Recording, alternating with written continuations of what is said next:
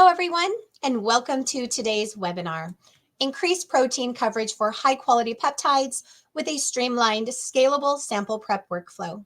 I'm Christy Jewell of LabRoots, and I'll be your moderator for today's event. Today's educational web seminar is presented by LabRoots and brought to you by Covaris. To learn more, please visit our sponsor's website at covaris.com. Now, we encourage you to participate today by submitting as many questions as you want at any time you want during the presentation. To do so, simply type them into the Ask a Question box and click Send. We will answer as many of your questions as we have time for at the end of the presentation. Additionally, if you experience any technical questions, you can submit them in that Q&A box and we will answer you directly.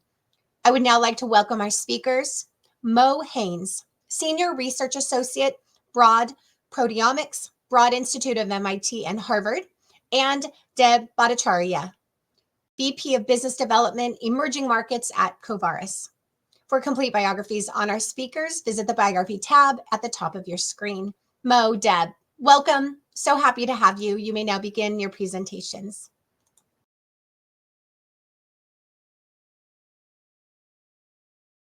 Well, thanks for the nice introduction. Appreciate it. And also thanks to everyone who's attending and who's dialing in.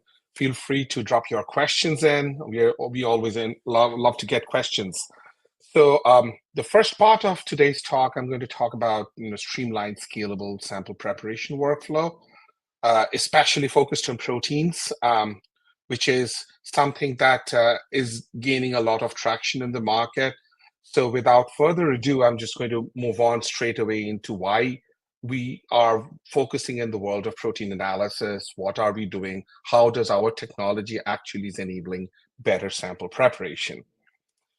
So it's nothing new to the world of of proteomics or protein analysis, folks, that regardless of whether you are targeted or untargeted, whether you are looking at global proteins or whether you are looking at a specific protein therapeutic and monitoring its pharmacokinetic, pharmacodynamic behavior, there are a few things that are common that everybody always want to achieve. So best data quality, ensuring that you get highest sensitivity, highest resolution, and good information. Ability to scale, not just in terms of volume of your samples, but also number of samples without spending a huge amount of time. And also understanding that what can be a niche workflow today can be implemented in a regular lab, in a routine lab tomorrow. So no matter where you are, all of these things are something that you are trying to achieve, whether it's reduction of cost per sample, whether it's transitioning from your research to a routine laboratory-based test, or you are developing a particular therapeutic, or you are identifying a new biomarker. So how we are making this world look slightly better, complications, complexities, and challenges addressed with a little more ease comes in the next few slides. So first and foremost, let me introduce our technology. So it's an ultrasonication technology that uses acoustic energy at a specific sub-base frequency, hence very short wavelength, that goes and hits the samples and creates a lot of cavitation bubbles, which in due course of time coalesces, releases an energy that's used for disruption of matrices, homogenization of tissues, and so on and so forth. So for a long time, this technology has been the go-to technology for shearing DNA, and it still is as of today. The main benefits are a couple of things: that the pressure that comes on the sample is very equally distributed, so that you are not necessarily jeopardizing the integrity or the structure of your sensitive, vulnerable molecules, whether it's like RNA or proteins. And the other thing is that you can actually maintain isothermal conditions with this. So there's no heat that's imparted to the sample, despite the fact that you are hitting the sample with so much of energy. So if I look into this, that there's been a long history behind us where it's been the way to cut DNA for DNA sequencing or shear DNA for DNA sequencing. It's been also used in transcriptomics for chromatin shearing, also in the world of RNA quite a lot. But now we are actually focusing on the other side of the world as well, which includes, proteomics. For the given breadth of time in this particular webinar, we are not going to talk about metabolomics or lipidomics, how we are also enabling those areas. But in proteomics, I'm going to highlight some very nice published examples that would actually be very beneficial, perhaps, hopefully, for you to understand how our workflows, our technology can enable every single laboratory working with proteins. And after me, I have got Mo, who's also going to talk and share some of his own data, which I think would be even more impactful. So right off the bat, there are 3 stages in which we have divided our workflow, especially when it comes to proteins. So if there is one thing that I would love for each of you to remember today, is that this technology helps you address complex matrices and get high quality analytes out of it. So the first stage is where you start with, whether it's tissues or FFPE samples, cells, mammalian cells, organoids. You can take any one of those matrices and you can drop them in our plates or in our tubes, and with the energy, we can figure out how to actually homogenize that matrix, disrupt that matrix to maximize the total yield of proteins that you're going to get or get out of it in a very reliable, reproducible manner. From that point of time, our technology also helps with protein aggregation capture, as an example, in purifying, whether you are doing the pull down, and last but not the least, we have options where we can also expedite the whole digestion process by with our energy, especially if it's on bead digestion, we can accelerate the whole process. And I will explain this a little later, that how we have taken the overnight digestion and brought it down to something like 90 minutes or 2 hours, although you can also still continue to do the overnight digestion. So the next part that I would love to highlight is focusing on different matrices. So you can see cells, fresh frozen tissues, FFPE, which are the most obvious complex matrices that everybody talks about, everybody wants to address. And we have in here different in the boxes right below. We can see the number of cells that we can address. And then if you have very high concentration of cells, 1 million and above, it moves to a different consumable, a different workflow. But we do have workflows for different number of cells, different amounts of fresh frozen tissues, and also FFPE scrolls. So at the end of the day, what I would love to highlight is that we have set workflows, and towards the later part of the presentation, I will also talk about some of the kits that we have launched, that we are in the process of launching.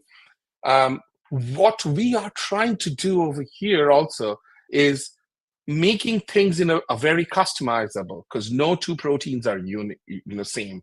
Every single laboratory, wherever you are, your proteomic assays are focused on different groups of proteins, different technologies, different focus points. So what we are trying to do is to give you a very high starting ground, and then from there on, we can actually work with you to make it very customizable, optimal for your specific experiments. So as an example, here is published some of the publications that I'm going to go over. So this came out of Cedars-Sinai from Jenny Van Eyck's group, where they looked into doing the proteomic analysis for proteins and peptide IDs across thousands of samples using different tissue types, and they have actually created a total curve of the total amount of proteins that they generated, and also between segregated between low abundance, medium abundance, high abundance proteins. And they are also using over here a dual trap single column configuration, which along with the AFA based workflow that we have enabled, and the mass spec assays, makes it very, very fast for them to analyze their protein samples. So the next part is something that is very close to my heart, which is like FFPE.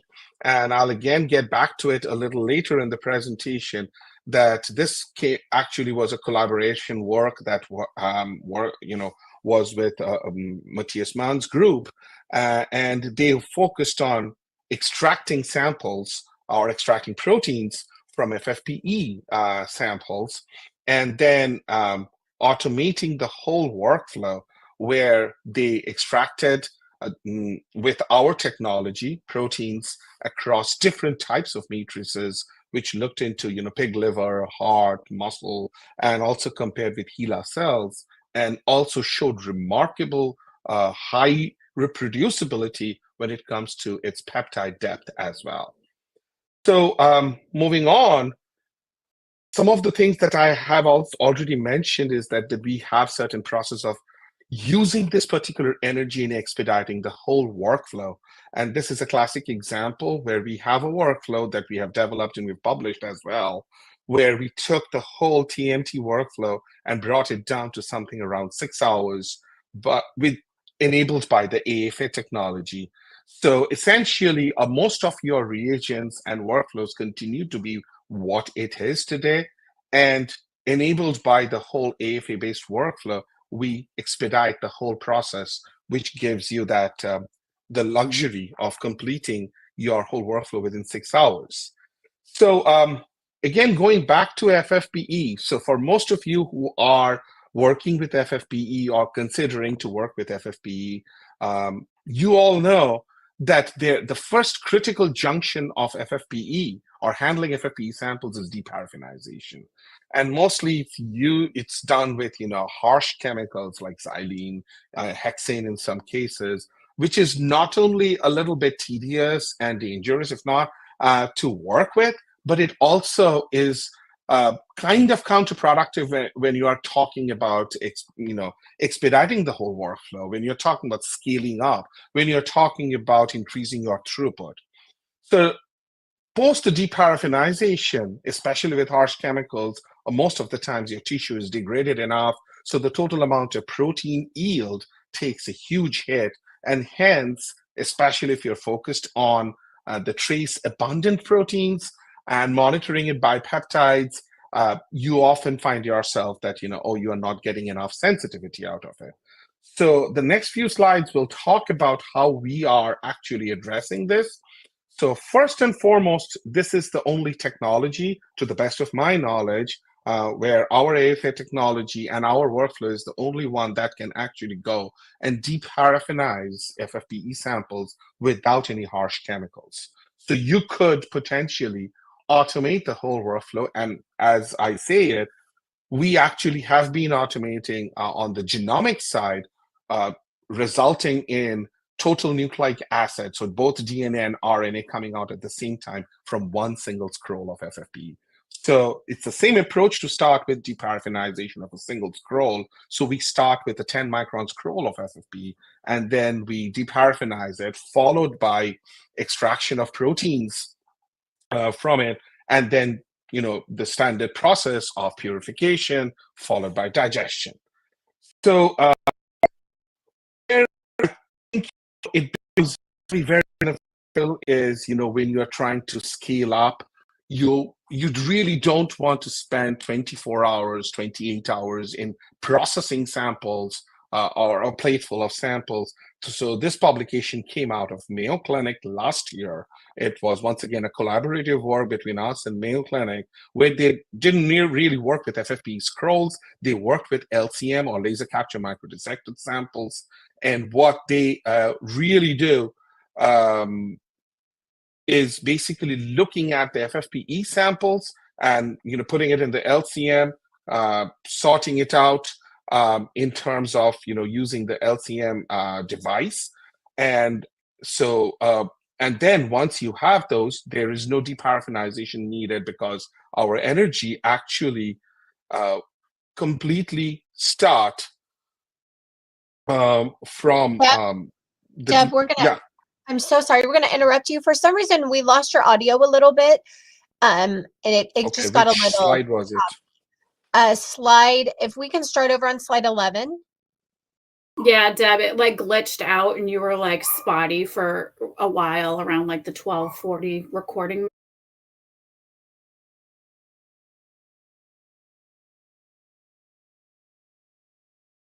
So when it comes to FFPE, my favorite topic, and I just alluded that a couple of slides back, what I would love to highlight over here is that is the critical challenge for those of you who are working with FFPE samples or are considering to work with FFPE samples. So the first big obstacle is actually deparaffinization. And most often, the workflows, the options that exist out there include actually using harsh chemicals for deparaffinization, which not only is kind of dangerous to work with, it also reduces your scalability capabilities. So it takes time, you have to get to the fume hood, and not only that, it often degrades the surface of the tissues, at least, that's embedded in it, which means it's also compromising the integrity of the proteins that you're trying to extract. Hence, for trace abundant proteins, you are unlikely to get enough of it out so that your mass spec sensitivity is good enough to catch it. So what we are doing over here, there are a couple of ways, but this is the only technology, or AFA is the only technology, along with our workflow, that can actually deparaffinize an FFPE sample or a scroll without use of any harsh chemicals. So much so that it can be automated completely. And as such, on the genomic side, there are quite a few of our existing users who are using our workflow for automatically deparaffinizing and extraction of total nucleic acid, including DNA and RNA, at the same time. So we are taking the same first approach over here in deparaffinization with our deparaffinization buffer, and that we can start with one scroll of 10 micron thickness that can give you enough proteins and hence enough peptides for your eventually bottom-up analysis. So you can start with the deparaffinization, and in the same plate or in the same tube, you can continue to have your next steps, which is extraction of proteins, purification of proteins with beads, such as the protein aggregation capture or PAC protocol, followed by digestion. So that's using a full scroll, but what if you have even smaller samples, if you are heading towards spatial, if you have laser capture microdissection? So this publication came out as part of a collaborative venture with Mayo Clinic last year. So what they are doing right over there is what they did was start with an FFPE block, but they used LCM, which dropped the samples straight away into our 96 well plates. And from there on, we homogenize the tissues, resulting in extraction of proteins, followed by the purification or pull down, and on bead digestion. So as you can see towards the lower right of the screen, the yellow bars is what the standard workflows, as long as it took. Like it was more than 20 hours was how long it was taking them, and it came down to somewhere around 3 hours for the whole workflow. So it's not just about getting quality samples, quality analytes, but it's also about the ability to scaling it up, to increasing the throughput. So, it's actually quite nice that today, within a very short period of time that we have been focused in the world of protein analysis, we actually have a lot of robust workflows that are not only tested internally, there are quite a few users around the world who are regularly using these workflows, whether it's cells of different number of cells, fresh frozen tissues, or FFPE samples. So all of these together, along with our instruments, we have been supporting different kind of protein laboratories, whether it's academic research, whether it's biopharma, or whether it's a contract research organization, whether it's a clinical research environment. And we also have very recently launched our first kit in the world of proteins, which is starting with cell lysis kit. So the TruePrep protein kit works with mammalian cells, and it is a comprehensive kit that enables lysis, extraction, and digestion. The digestion part can be done with your choice of enzymes, not necessarily that we would provide you with an enzyme. So you can continue to use your enzymes, but use our workflow with our instrument and our kit to expedite, make your process a lot more efficient than what it is. Some of the results early stage that I would love to highlight is that you can see over here the reproducibility, which remains very consistent both for total proteins as well as for peptide yield using this particular kit. So there's very minimal sample handling. You do not necessarily have to consider any transfer steps. Everything's happening in the same strip or in a 9 to 6 well plate format. And the reproducibility has always been less than 15% for proteins and peptide yields. So, which is extremely beneficial whether you are trying to standardize a workflow or optimize the condition. Next up, I would love to highlight, the flexibility or the scalability. So as I mentioned in the Mayo Clinic publication, it's similarly with the cells. We also have that the standard workflow took as long as 18 hours, whereas with our AFA-enabled workflow with the kit, we are down to 4.5 hours. So you can start with as low as 1,000 cells or go up as much as 500,000 cells, and you can still make it scalable because your whole workflow is actually incredibly faster compared to what you are normally used to. So somewhere to the tune of 4 times faster. So whether you consider it 4 times faster or 4 times increased throughput, that's completely up to you, but we can surely enable that. Thereafter, one other thing that I would love to highlight is that typically we do not recommend and do not use a lot of detergent because your LC-MS instruments are not necessarily very kind, or detergents are not very kind to the LCs. So this is another reason why we have a very robust cleanup process for the downstream analysis that also takes care of any even trace amount of detergent. And so there is consistently low levels of residual SDS carryover so that you do not necessarily have to worry about your LC performance even before your sample gets to the mass spec. And thereafter, there are cost per sample. So we, not only in terms of time savings, there's also financial savings because there are a lot of ways you can actually increase your scalability, your throughput, your total capacity of working with different kinds of mammalian cells, different numbers of mammalian cells, and eventually resulting in lower cost per sample. So in a nutshell, this is how the TruePrep protein kit workflow is for the cells, where you start with, you harvest the cells, you start with an AFA analyzing the cells, and then you follow it up with, cell lysis and, DNA shearing, followed by reduction and alkylation steps, which you do not need to use any AFA for that, but it can happen in the same strip format that we are providing, followed by purification or your pull down, and then accelerated digestion. We also have a workflow in the process of being converted to a kit, but we have this workflow that we have been supporting that I already mentioned to you when it comes to FFPE samples. The similar approach, but it has a couple of more steps additional because you have to deparaffinize, followed by tissue homogenization.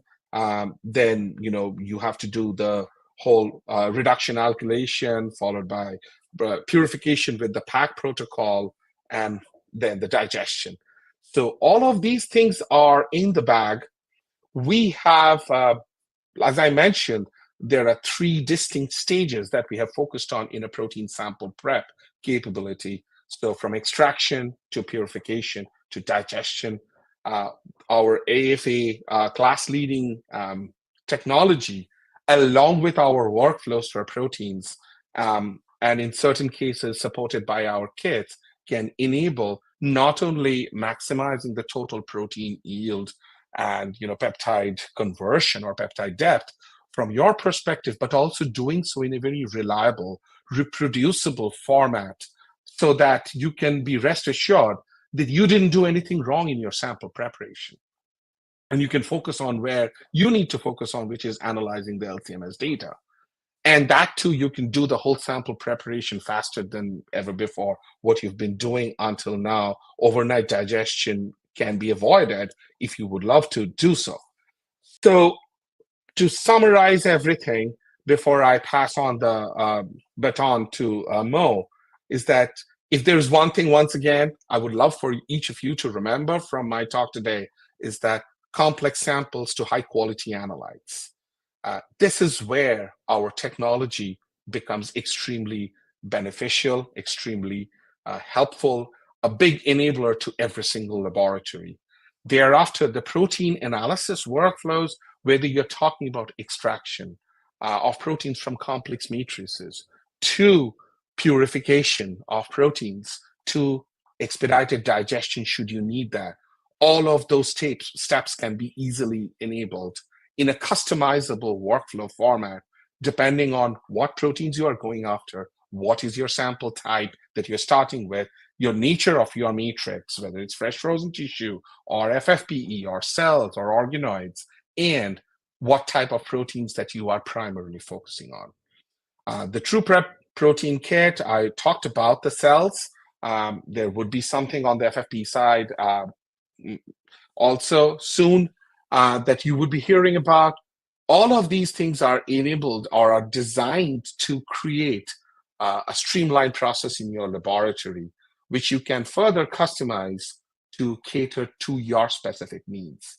So once again, complex samples to high quality analytes, and that's where our AFA-based workflow for proteins and in general protein analysis becomes extremely, extremely useful. So I don't want to continue any further because there's someone whose talk I'm actually eagerly looking forward to listen to. So without further ado, next up is Mo.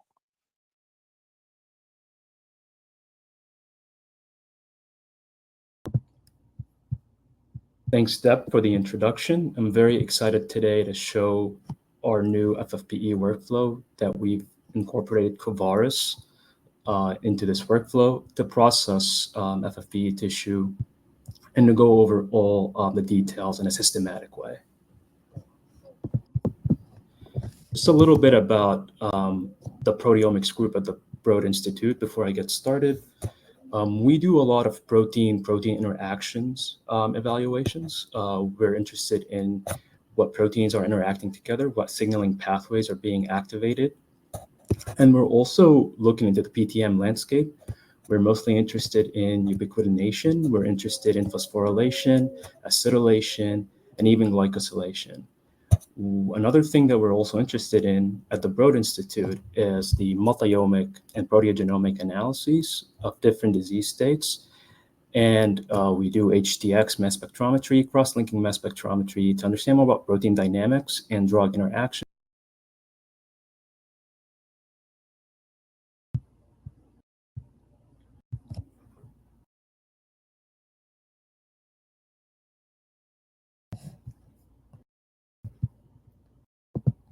All right, I'm gonna continue from here. I've been running into some technical difficulties, but so I wanna continue with the FFPE background here.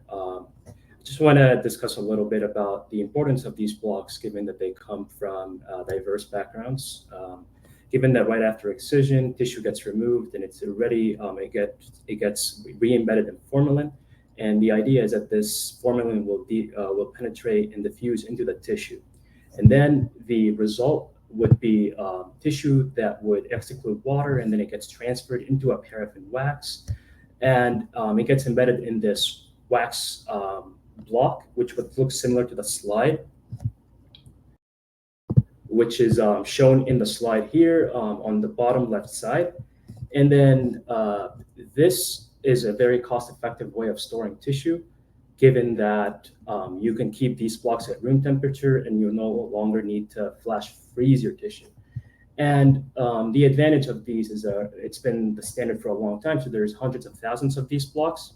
And being able to look into these tissue and extract information out will be very helpful for a clinical discovery and a biomarker discovery setting. The disadvantage of formalin, though, is that it can introduce a lot of artifacts. And as we know, formalin can cause a shift-based intermediate, which is unstable, and usually that can cross-link to nucleophilic products that can be protein or any biomolecule, such as DNA. So an efficient cross-linking is really needed here to be able to achieve good depth on the proteome level. Now, in a typical proteomic experiment, we mostly do shotgun-based approaches. And briefly, what's happening is from a starting material, you're going to lyse your cells, and then you're going to extract your proteins into a denaturing environment. And then you're going to reduce these proteins and then alkylate these disulfides. And then you're going to digest the proteins into smaller peptides with a protease. And then these peptides will get injected into a mass spectrometer to be sequenced. And then we'd establish protein abundance and differential abundance values by sequencing back these peptides and mapping them to their originating proteins to further understand what's happening on the sample level. However, when it comes to FFPE samples, we're going to need a few more steps to be able to enter into this shotgun-based workflow. And usually it involves dewaxing, and then cross-linking the tissue that just got dewaxed, and then homogenizing that tissue before we carry on with the digestion process. Now, before I get into the optimized workflow, I just want to show a little bit the traditional workflow and how lengthy and challenging it can be to scale that up for hundreds of samples. So starting from 10 micron scrolls, these scrolls are going to be transferred onto a slide, and then the slide will get dewaxed using xylene. And then following the xylene dewaxing, you would have to rehydrate your tissue with an ethanol water serially, where you introduce water gradually over time. And then you would dry down your tissue and then transfer that tissue into the denaturing buffer. And in this case, it can be, for example, SDS and tris, and potentially some reductant like DDT. And then you would carry on with your cross-linking at 90C, and then you would homogenize your tissue using a probe sonicator or some sonication of some sort, and then your sample would be ready for the LCMS bottom-up approach. However, if we're going to apply this to hundreds of samples, we're going to have to process each sample individually, as we see here with each test tube. And what we're interested in doing here at the Broad is to be able to scale that up, to be able to look at hundreds of samples rather than just one or two at a time.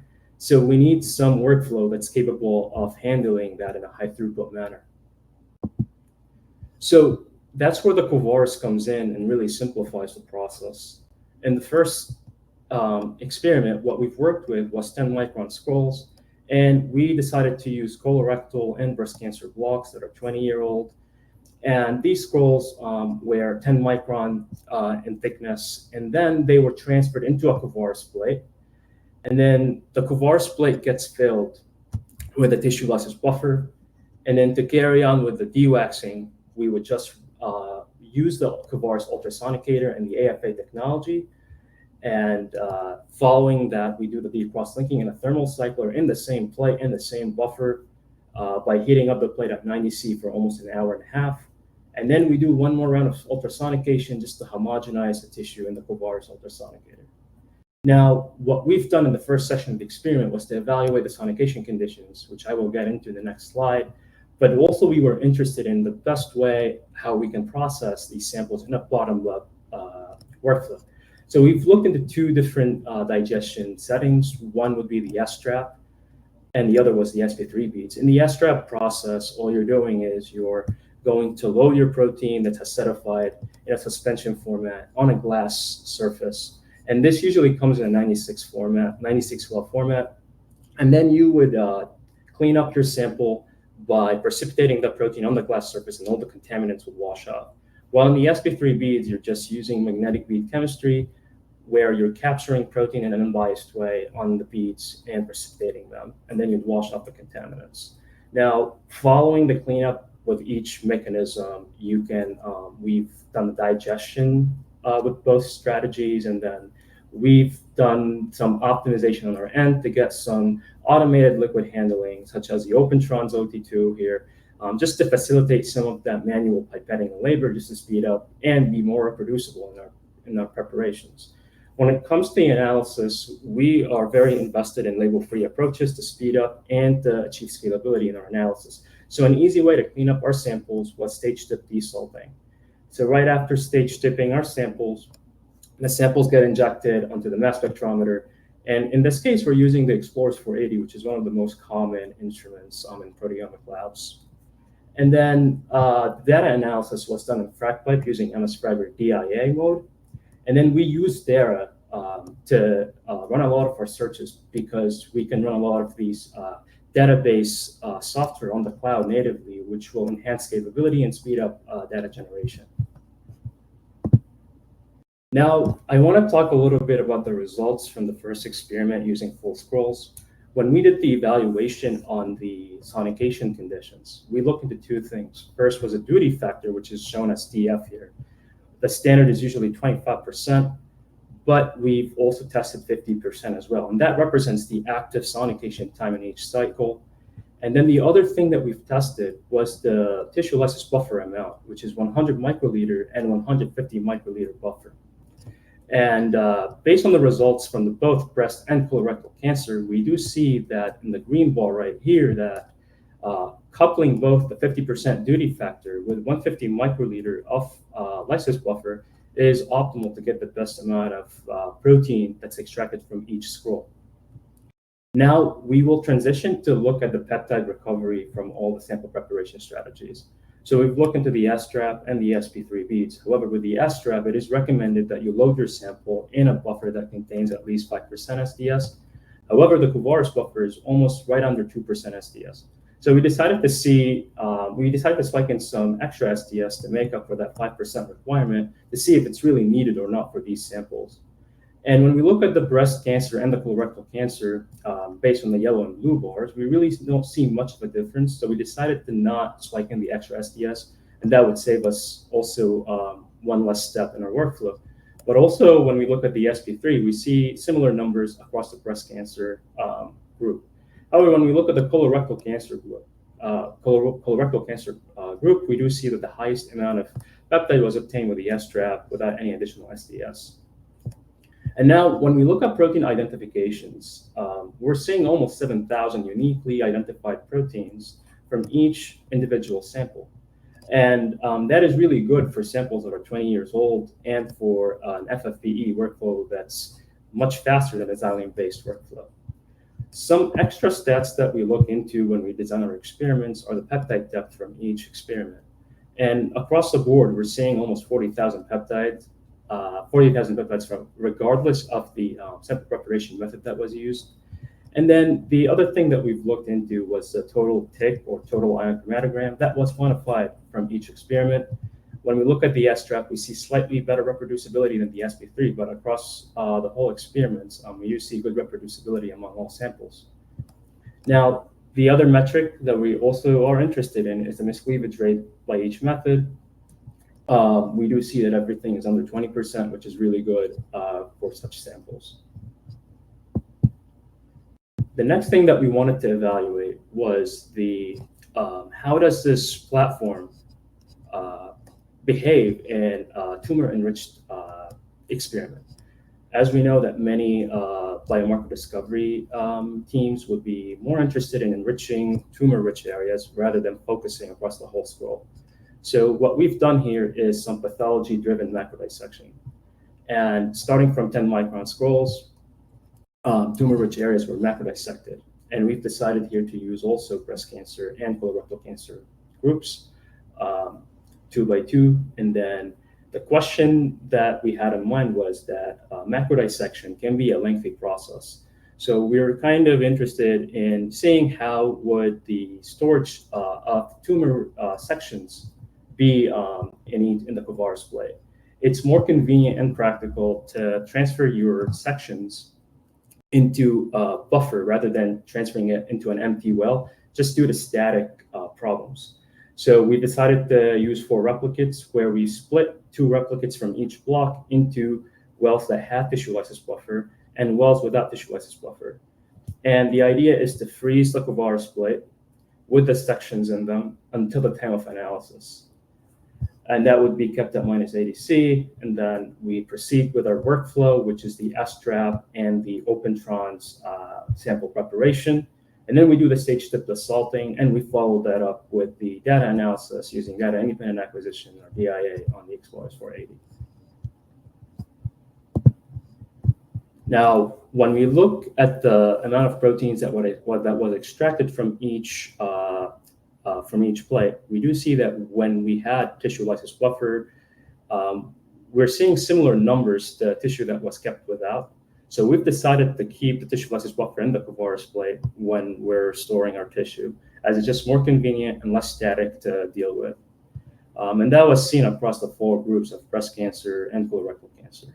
Now, when we look at the protein identifications from this experiment, we're looking at almost 8,000 proteins from each individual sample.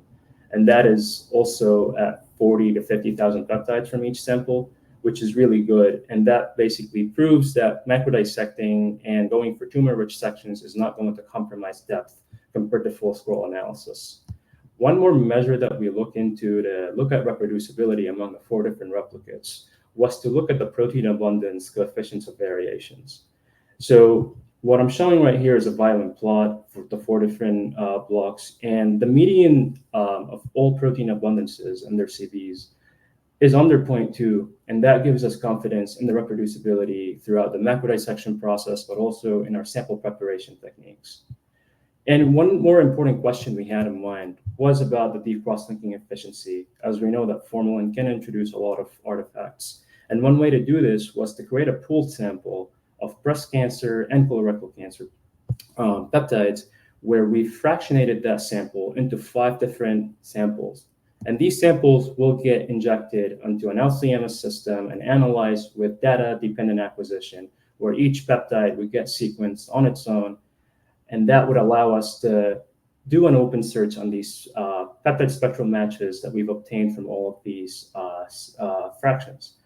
And when we collapse the data down to the peptidoform level using MS Fragger and PTM Shepherd through FragPipe, we do see that we have recovered almost 80% of all identified peptidoforms. And that was obtained by seeing that we have almost 50,000 artifact-free peptides and 20,000 that existed in both modified and unmodified forms, while the uniquely artifacted peptides were almost 20% across the experiment. And this proves that, for tumor-rich areas, we're seeing efficient deep cross-linking, and we're recovering a lot of these peptides from really old samples that are like 20 years old. Now that we've optimized our workflow to look into the full scroll and tumor-rich sections, the next thing that we were interested in doing is optimizing data generation and LC-MS analysis. And we wanted to work with some positive control here. And we had access to two different type of samples. 2 blocks came from wild-type mice, while the other 2 blocks contained organs from genetically engineered mice that had an overexpression of the gene NCOA4, and that would serve as a positive control to look for on the proteome data set.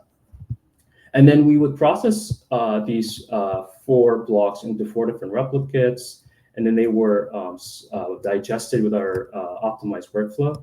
And we've decided to do 2 different evaluations here. We wanted to benchmark the most common proteomic strategy, the TMT, which relies on multiplexing, versus DIA, which is in a label-free analysis. With the TMT process, the peptides were individually labeled with individual tags, and then at some point they get pooled into a master mix, which gets extensively fractionated into 24 samples. Now for the LC-MS data generation, what we've done was inject each fraction onto the Explorers 480, where we've done data-dependent acquisition, and the data was searched in FragPipe and MS Fragger. And the quant will be based on the reporter ion ratios and in a relative fashion. Now, what we've done on the in parallel as well was these samples were desalted and individually transferred into HPLC vials to be injected onto 3 different instruments as well for label-free analysis using DIA. So the first method that we've tested was the narrow window DIA on Orbitrap Astral, where we're using the high acquisition speed of the Orbitrap Astral mass analyzer to go really small on the window band for each sample.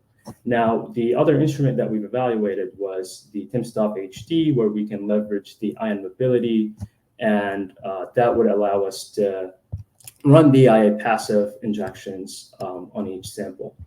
And then last, we've used the Explorers 480 using wide window DIA format for each sample, which was used in the first 2 experiments. And for the data search here, I've used Diane, which is compatible with the 3 different type of spectra that generated across these 3 different instruments. And that was also run on Terra for speeding up the process. Now, it is worth noting here that the speeds are really, they're significantly different for each platform. So with DMT, you're going to spend almost 7 days preparing your samples. And the acquisition is almost 8 samples per day when you're using MS2. Now, with the DIA, on the other hand, your sample preparation is almost 2 days. That's much, faster, but you also get much faster acquisition speed. That the slowest instrument here is the Explorers 480. It still acquires at 12 samples per day, and you can go higher than that with a timsTOF Ph.D at almost 30 samples per day, or even 60 samples per day with the Orbitrap Astral. So what we're going to look into first is the proteome depth from each method. As expected, TMT would give you the highest amount of proteins at almost 10,000 to 11,000 proteins from the 24 different fractions as it was extensively analyzed. But when we look at the Orbitrap Astral, we see it almost catching up at 10,000 proteins, and the HT and the Explorers are 8,000 proteins. Now, this is really good as we sped up the process, but also we're achieving good depth compared to TMT. When we look at peptide identifications, we do see Astral at 90,000 compared to the TMT at 110,000. And again, this has to do with the data acquisition by TMT, where it's coming from the deeply fractionated library. But again, Astral and the HT and the 480 are still much faster workflows to use for such an experiment. And then the other thing that we looked into was the NCOA4 as a positive control here. So we've had 2 groups that were overexpressed and 2 that were wild type. So we decided to look at the fold changes among these groups. When we look at the DIA methods, which is shown in the green shades here, we do see that the NCOA4 overexpression is quantified in all experiments. However, one interesting observation is that the TMT is showing some underestimation, which is shown in purple of these measured NCOA4 fold changes. So first of all, this would serve as a nice positive control for the DIA methods in our FFPE workflow, that we're able to recover a positive control and a positive something that we know about these blocks. However, we wanted to investigate this TMT underestimation more on the global level. So what we've done was we looked at the global overview of all measured fold changes of all proteins that were shared among the 3 different experiments. And one way to do this was to use Astral as a benchmark here to compare both DIA and to compare against TMT. So what we've plotted was the fold changes seen by overexpression 1 relative to wild type 1 on the y-axis using Orbitrap Astral. And then we're comparing these fold changes that we're seeing against the timsTOF Ph.D and the Explorers 480 DIA, which is shown in the green shades. And then the TMT was shown in the blue-purple shade here.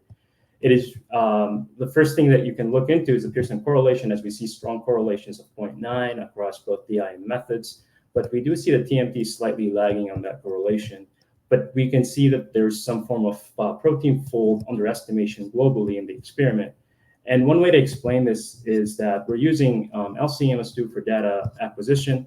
But this is a common known issue with TMT, which is a signal compression problem, where your reporter ions would cause some distortions among their ratios. And arguably, LC-MS3 approaches can potentially improve this, but that would also cause a hit in sensitivity. And the main goal here is that we wanted to see how does DIA compare to TMT. So seeing the DIA is doing really good in terms of IDs and giving us good quant, That really speeds up our workflow, especially with Orbitrap Astral at 60 samples per day. Now, the other thing that we looked into in this experiment was protein CVs and their coefficients of variations across the 4 different groups with the 4 different methods. And across the board, regardless of the method that was used, our median CVs are under 0.1, which is another view of reproducibility of this workflow. And then lastly, what I want to show here is a volcano plot that was acquired using Orbitrap Astral, where we're showing that NCOA4, the positive control, is among the top significant hits that we're seeing in the experiment when compared to WAT2, where we see almost 2 to 3 times upregulated and among the significant targets. And what I'm also highlighting here, some other iron metabolism protein that are related to this gene as well. And what we're trying to show here is a ground truth of this platform, but also the application of this workflow to extract meaningful biology from FFPE blocks. And now I want to just summarize what I've shown so far is that the Covaris ultrasonicator eliminates the need for xylene-based workflow, and that would speed up the FFPE processing significantly. And this way, we would be able to analyze a 96-well plate of FFPE tissue, whether it's full scroll or macro dissected, with almost 5 days of turnaround time. And then when it comes to data generation, your depth is going to be, you're going to see almost 8,000 proteins using this workflow, depending on the tissue type. But also, it's compatible with many different instrumentation, such as on the low end, we have the Explorers 480, but with the Astral, we're able to achieve really great depth, like 10,000 proteins, without the need to do any TMT labeling, speeding up the whole process. And we'll take the questions from here.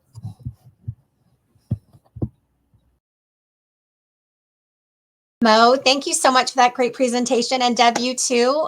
It is now time for our live Q&A portion of our webinar. So to our audience, if you haven't submitted any questions yet, please do so now. Just type them into the Ask a Question box and click Send or click Submit, and we will answer as many of your questions as we have time for.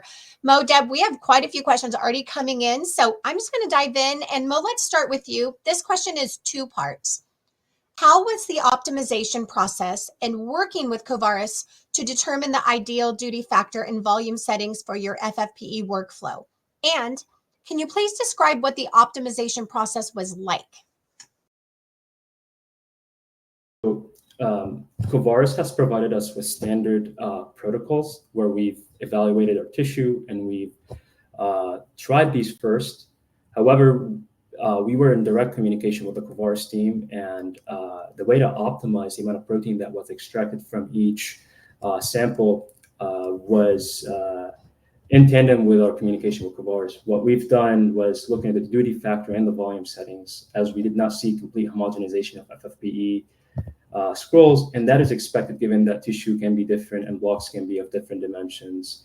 So what we came up as a result here was 50% duty factor and 150 microliter of tissue lysis buffer was optimal to achieve the greatest protein amount of protein that was extracted. We've also coupled that with some identification evaluations for both duty factors, and we didn't see much of a difference. So it's a balance of both sample preparation and the optimization as well on the sonication side. Great. Thank you, Mo. And I'm going to get this next question over to you.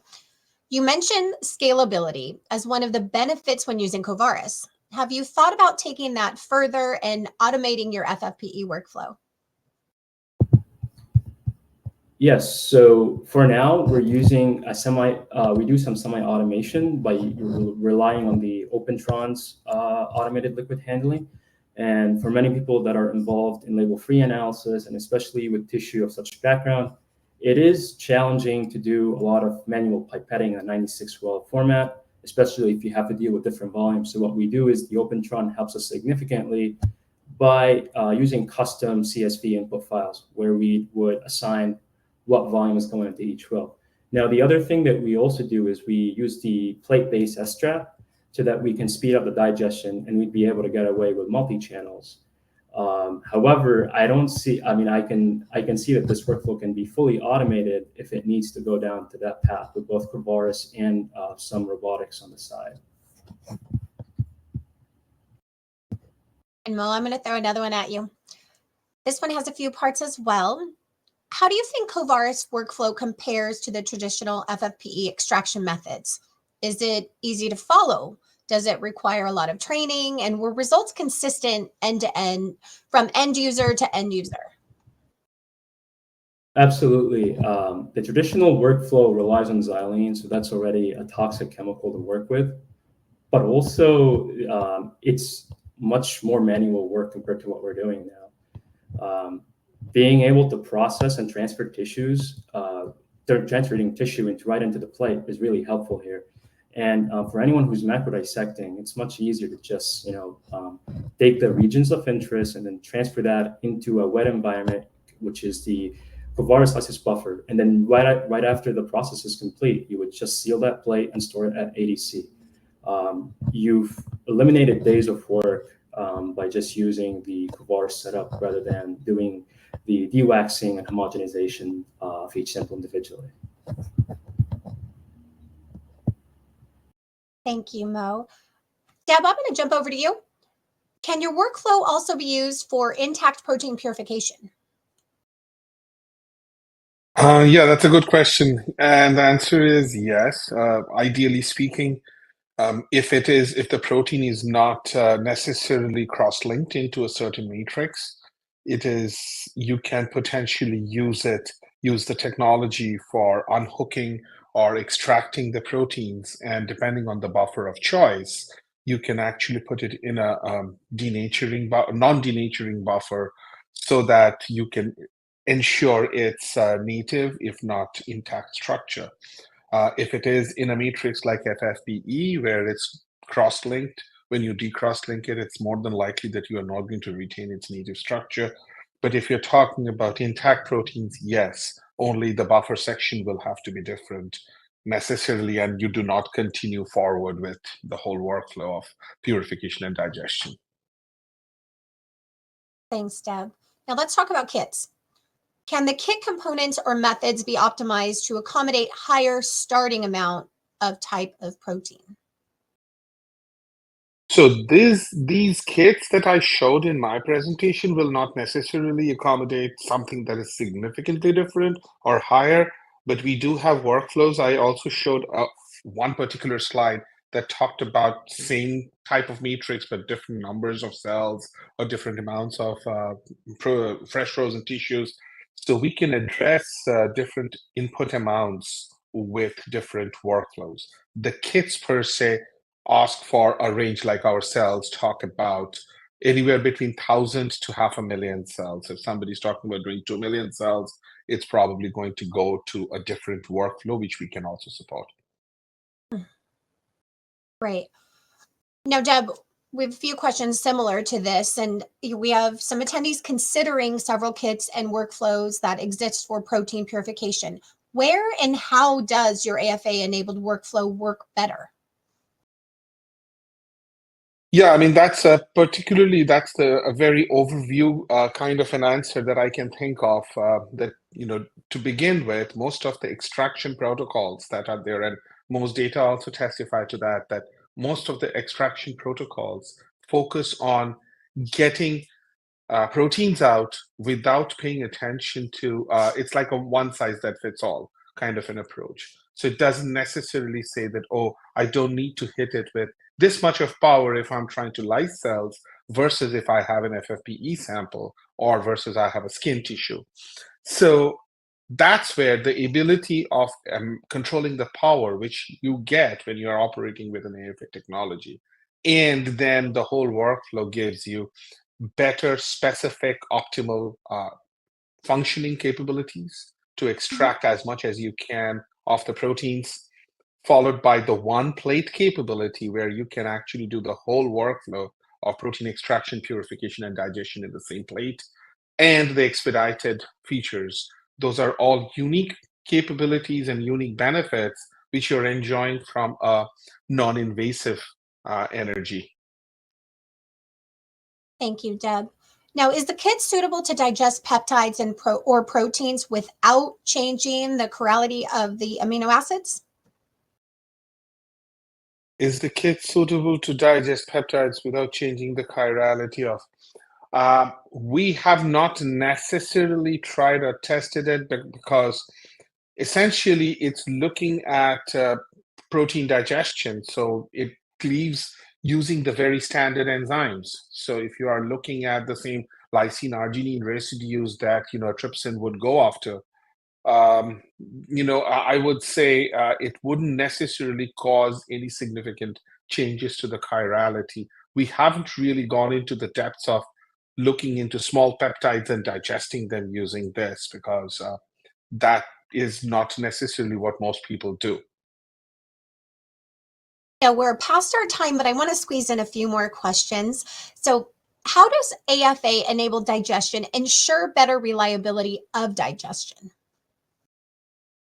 So the hypothesis is that the low power pulse during the time of digestion incubation actually opens up the hydrophobic core of the proteins, making it a little easier for the enzymes to have access to the hydrophobic cores. So that way it can actually do its job while it is still being active. And it also, in a sense, it enhances the whole process. So that's the hypothesis, and that's exactly what the micromixing is supposed to be doing. So, in other words, these on-bead or off-bead digestions ensure not just the speed of digestion, but also ensure that the enzymes do not necessarily cleave at the wrong sides. And there is enough tumbling of the molecule during homogenization that exposes the right places for digestion. Thank you, Deb. And let's wrap with this final question. Do you also have established workflows for fresh frozen tissues?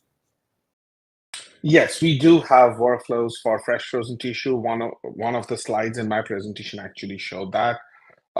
We do have fresh frozen tissue where we actually have specific consumables also, which comes in with a bead, with one bead that is very capable of actually addressing up to 10 milligrams of tissue and homogenize it using one of our flagship instrument and going through the whole process of purification followed by digestion.